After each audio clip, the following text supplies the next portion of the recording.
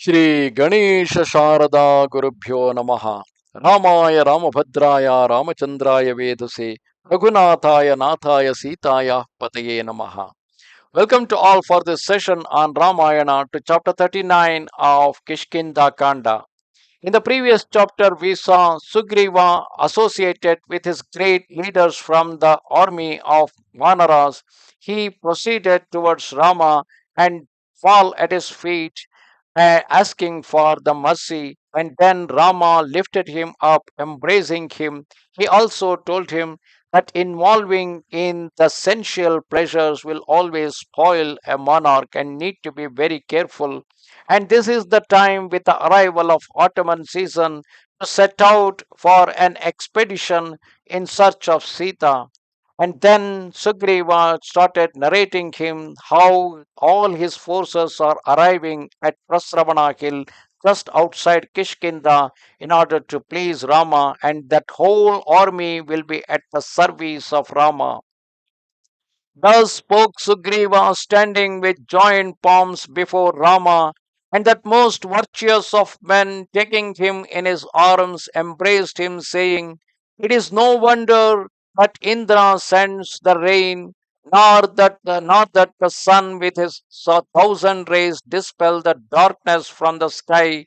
O my dear one, nor that the moon by its brilliance makes the night clear, nor that your equals create the happiness of their friends. O scourge of your enemies, to find nobility of character in you is not strange. I know you by the affectionate tenor of your speech. With your support, O my friend, I shall vanquish all my enemies on the battlefield. You are my ally and should assist me. To his own destruction did that wild demon bear mightily away as Anukhlada carried away Shachi, having first deceived her father. In fact, this was another story that comes in the Puranas, where Shachi, who was having a deep love towards Indra, being herself the daughter of Puloma, who was a Daitya, the enemy of Indra, he was not ready to give his daughter Shachi in marriage to Indra. So, because of that reason, there was another demon called as Anukhlada who cheated Puloma and he convinced him and carried away Shachi. And immediately on knowing that, Indra attacked both Anukhlada and Puloma, and he killed both of them and took charge of Shachi and married her. For long I shall pierce Ravana with my sharp arrows, as Shatakratu, that slayer of his enemies, slew the haughty father of Paulomi, that is, the haughty father of Shachi, because she is called as Paulomi, being herself daughter of Puloma. At that moment, darkness covered the firmament and veiled the fiery brilliance of that orb of a thousand rays. Pall of dust hung over all regions, and the earth with its mountains, forests, and woods trembled. The entire earth was covered with innumerable monkeys, resembling kings of men, and who, having sharp teeth, were gifted with great strength. In the twinkling of an eye, those foremost of monkeys, surrounded by troops numbering hundreds of crores, endowed with extreme energy, roaring like thunder, gathered from the rivers, mountains, and seas, with others who inhabited the forest. Monkeys, the color of the rising sun, are white like the moon, or the tint of lotus stamens, and are pale, having their home on the golden mountain, appeared in tens of thousands in attendance on that renowned and valiant monkey Shatabali. Then the puissant father of Tara, who resembled a golden hill, that is Sushena, appeared at the head of many thousand crores. Thereafter, the father of Ruma, father in law of Sugriva, who resembled the filaments of a lotus and was like a youthful sun, arrived accompanied by other thousands of crores of monkeys. and that foremost of monkeys, Kesari, Hanuman's illustrious father, appeared in company with many thousands of monkeys, and Gavaksha, king of Golangolas, endowed with dreadful power, came surrounded by millions of monkeys. Dhumra, also the destroyer of his enemies, advanced with 200 bears endowed with terrific speed. Thereafter, the leader of the herds, Panasha, of exceeding prowess, came, accompanied by 3 million mighty and dreadful warriors, and he was followed by Nila of immense stature, who resembled a mass of collyrium with 10 crores of monkeys, and bright as a golden mountain, the heroic Gavaya arrived with 5 crores of monkeys, and in his devotion to Sugriva, the brave chief Darimuka brought 1,000 crores. Thereafter, the two powerful Ashwini Putras, Mainda and Divida, presented themselves with 1,000 million monkeys. The brave warriors Gaja conducted an army of 3 crores of monkeys, and the illustrious king of the bears called Jambavan came at the head of 10 crores, placing himself under Sugriva's command. The renowned Romana followed with 100 crores of intrepid monkeys in all cases. 100,000 monkeys followed Gandhamadana, and an infinite number were under the command of Prince Angada, who, like his father, was full of courage. Thereafter, shining like a star, came Tara of supreme valor, accompanied by 5 crores of monkeys from a great distance, and there followed Indrajanu, a brave and skillful general, who in his turn presented himself at the head of 11 crores, and also Rambha with a ayuta of soldiers, and there followed the monkey leader Durmukha, that valiant one full of phenomenal courage, with 2 crores of monkeys resembling the peaks of Mount Kailasa. Hanuman himself was accompanied by thousands of monkeys, and the supremely brave Nala was followed by the inhabitants of the woods to the number of 100, 1,000, and 100 monkeys. The fortunate Adhimuka was escorted by 10 crores of monkeys, and with loud shouts took his place beside Sugriva. The Sharabha, Kumuda, Vahni, and Rambha came, those monkeys who were able to change their shape at will, with their forces of incalculable numbers, covering the entire earth, its mountains and forests. All the monkeys inhabiting the earth gathered round Sugriva, leaping, gambolling, and roaring, and those Plavangamas surrounded Sugriva like massed clouds around the sun. Full of courage and money and full of courage and energy, they gave voice to repeated shouts of acclamation, bowing their heads in salutations to the king of Vanaras. Others, the leaders of armies, according to tradition, approached the king and stood by his side with joined palms. And Sugriva, standing in extreme devotion before Rama, informed him of the arrival of the monkeys, and then addressed his generals who were burning with zeal, saying, O chief of monkeys, O chiefs of Vanaras, station your forces duly on the mountain, near hills, in the woods, and let each ascertain the exact number of his troops. Thus ended chapter 39 of Kishkindha Kanda in Ramayana. Namaste Sharada Devi, Kashmira Puravasini, Twamaham Prarthaye Nityam, Vidya Danancha Dehime. Goodbye. Shri Ganesha Sharada ಗುರುಭ್ಯೋ ನಮಃ. ರಾಮಾಯ ರಾಮಭದ್ರಾಯ ರಾಮಚಂದ್ರಾಯ ವೇಧಸೆ Raghunataya Nathaya Sitaya Pataye Namaha. Welcome to all for this session on Ramayana to chapter 40 of Kishkindha Kanda. In the previous chapters, we saw the entire armies of Vanaras being assembled at the Prasravana hill and submitted themselves to the command of Sugriva. Sugriva in turn handed over the entire army to Rama. Then the Lord of the Vanaras, his purpose accomplished, said to that lion among men, Rama, the destroyer of hostile hosts, here gathered together are the foremost of Vanaras inhabiting my dominions, who are equal to Mahendra and are able to transport themselves anywhere at will.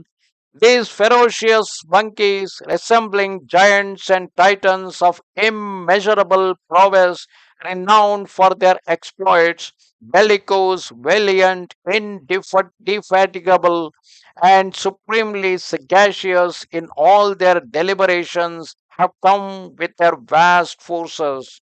O Rama, these untold millions who inhabit various mountain tracts traversing land and sea have come to place themselves at your service.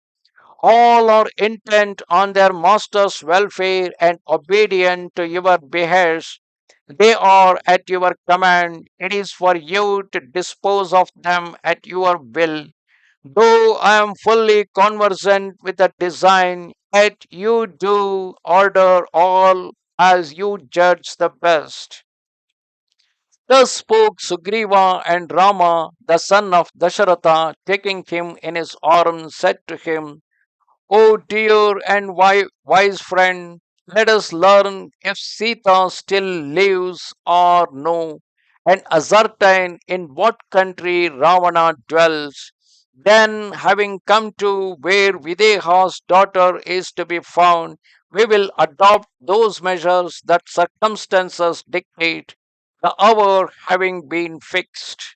O Lord of the monkeys, it is not for me to command this expedition, nor for Lakshmana. It is you who must direct it. You shall be its leader. Do yourself, O Lord, take the command yourself in this matter. You are fully acquainted with my purpose.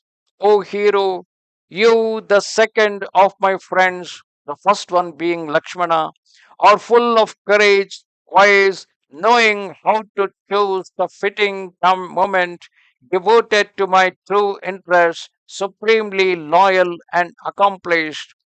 Thus addressed Sugriva in the presence of Rama, and the sagacious Lakshmana said to his general Vinata, who resembled a great hill and whose voice resounded like thunder, O foremost of leaders, who are accompanied by monkeys as bright as the sun and moon, you are able to turn time and place to advantage and are skilled in conducting your affairs, taking with you hundreds and thousands of troops.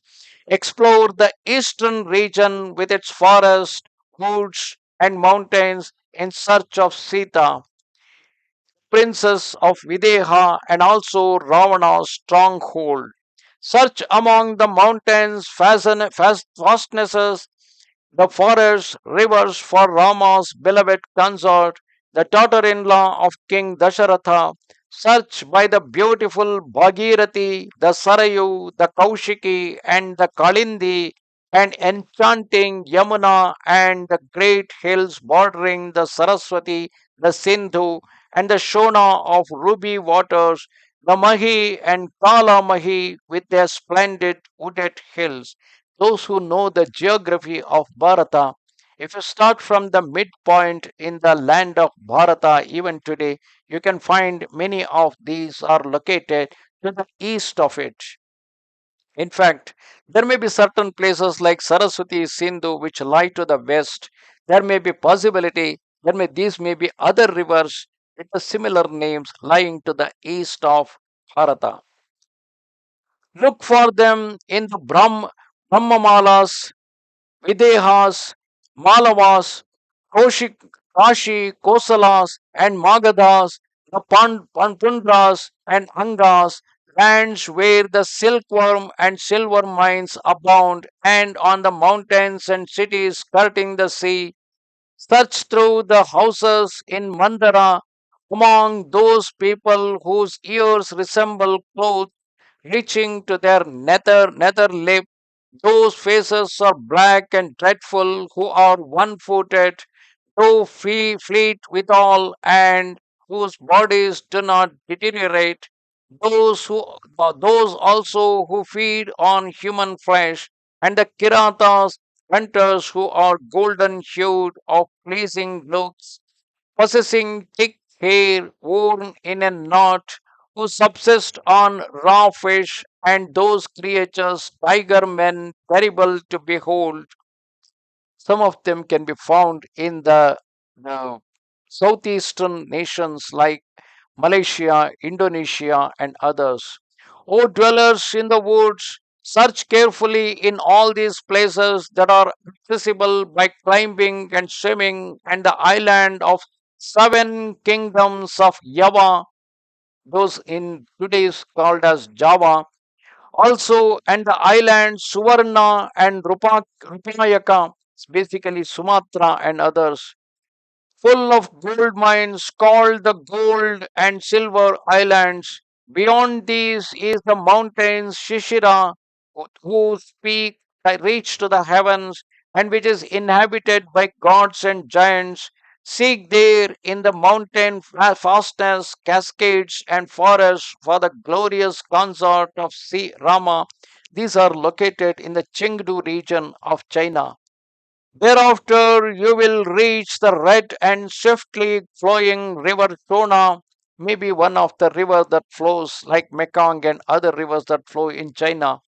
From these, descend to the seashore where the Siddhas and Charanas dwell. In these enchanting sacred spots, seek everywhere for Ravana and Sita. Explore the forests, mountains, sprung rivers, wild tracts, and cavernous heights. He, it behoves you to examine the terrible islands in the ocean where great waves rise and whipped by the tempest, let forth a thunderous roar. There dwell asuras of immense size, who by Brahma's permission seize the shadows of birds flying over the sea, arriving at that vast ocean that resounds like clouds at the time of the dissolution of the universe, frequented by huge serpents.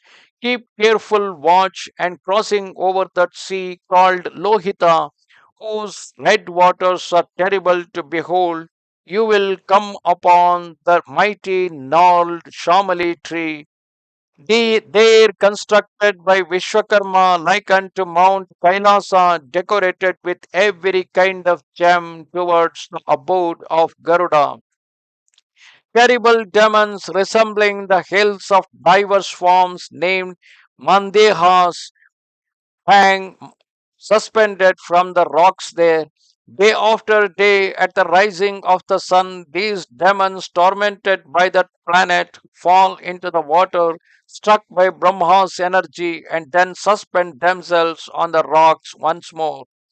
Proceeding further, you will come to the sea named Shirodha, that resembles a white cloud with its waves shining like a necklace of pearls. In its center rises the great white mountain Rishabha, planted with trees bearing fragrant blossoms, and a lake named Sudarshana, covered with dazzling silver lotuses having golden stamens, where flamingos abound. Vibhutas, Charanas, Yakshas, and Kinnaras, in the company of troops of Apsaras, disport themselves on the shore of that lake.